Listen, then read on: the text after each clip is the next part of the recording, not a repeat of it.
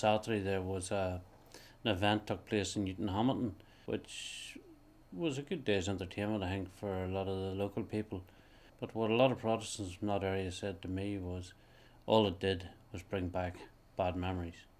Because one of the things I was asked, I wonder, was Kiara there, the sniper, Mihal, they shot a soldier dead in 1983 when they were starting this off, and I think that was the finish of it for a while. It was a community event, and it was all to bring in the community together, and a lot of Protestants were involved in it. But unfortunately, that day they used it as cover for the murder a soldier. But that was bad enough. But whenever the soldiers were coming back down the street after the shooting, they come out of the pubs and they cheered and you hoed and said another British effort dead.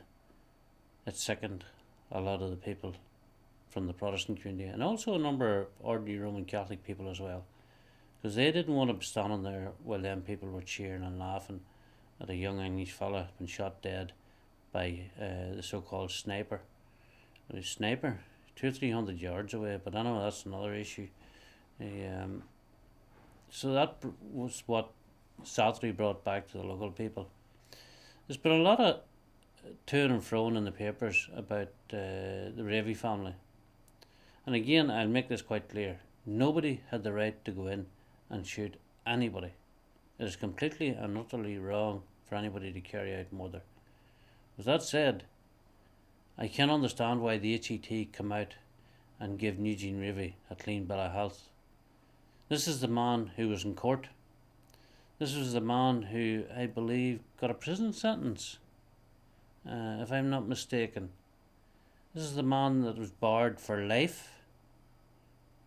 For life. From ever running a business. This is the man who's convicted of fraud. You know, the list just goes on and on. I'd also like to remember the people, how the IRA made their millions in South Armagh. It wasn't solely through smuggling. It was through VAT evasion, tax evasion, misuses of 715s belonging to builders. That's how they made their money in South Armagh. Or horses, and I say again, horses. And unfortunately, this doesn't seem to come into the equation whenever you're involved with the HET. Now, what was said in the House of Commons about him, I can't comment on that, because legally, in the public domain, you can't speak about them things unless you have evidence. But then evidence in South Armagh was in short supply, as the people know only too well, because there wasn't too many people ever convicted. 98% of the murders were not solved in South Armagh. So evidence is something that was in very short supply. The main reason for that was that anybody who came forward would have been murdered themselves. So it's understandable that evidence was hard to get. But it is very hurtful to people whenever they see a man who has been up in front of the courts for a number of offences to be given a clean bill of health, while at the same time UDR men and the likes of Willie Meeklem and Willie Clark, who were just ordinary working fellas, Protestants from in the community, who were out doing a day's work when they were murdered, while their names was blackened. 3 days after Seamus Mallon made a statement saying that there was a loyalist death squad operating within the UDR in Newton Hamilton, an unfounded allegation and something that was never ever backed up or couldn't be backed up. 3 days after he said it, my father was murdered. Willie Meeklem was murdered a number of days before that. Now, we want their names cleared. We want Joe McCullough's name cleared. We want Joe Porter's name cleared. Joe Nesbitt, all them people. We want all their names cleared.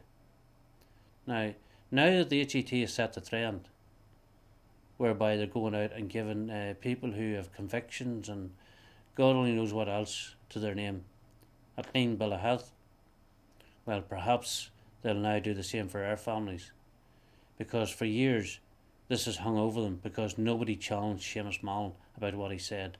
Everybody, but everybody, with the exception of the ones who've got a Republican agenda, know that the UDR was not involved.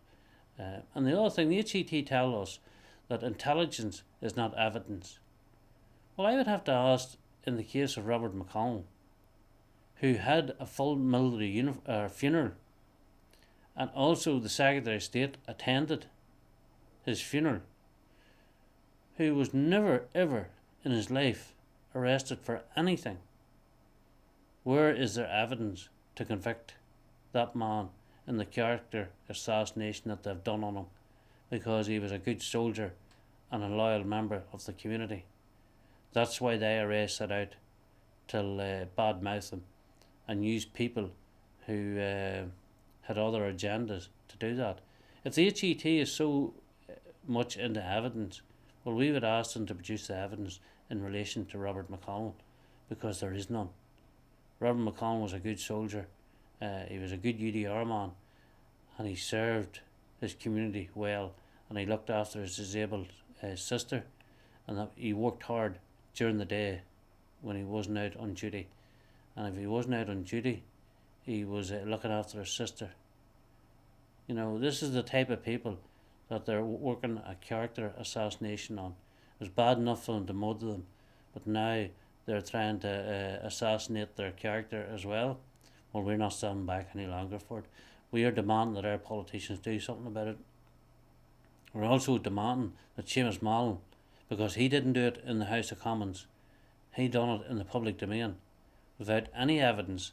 Seamus Mallon put a statement out discrediting the local UDR. A number of them was murdered within days of that happening. That man has never been challenged and never apologised for what he did. We intend to follow that up now. And also, the other thing I'd have to say is, not one of them had ever been in a courtroom for as much as a speeding ticket, unlike Mr. Ravy, who had been up in court and I believe got a prison sentence. So I ask you to choose which one is more likely to be the lawbreaker or the lawkeeper.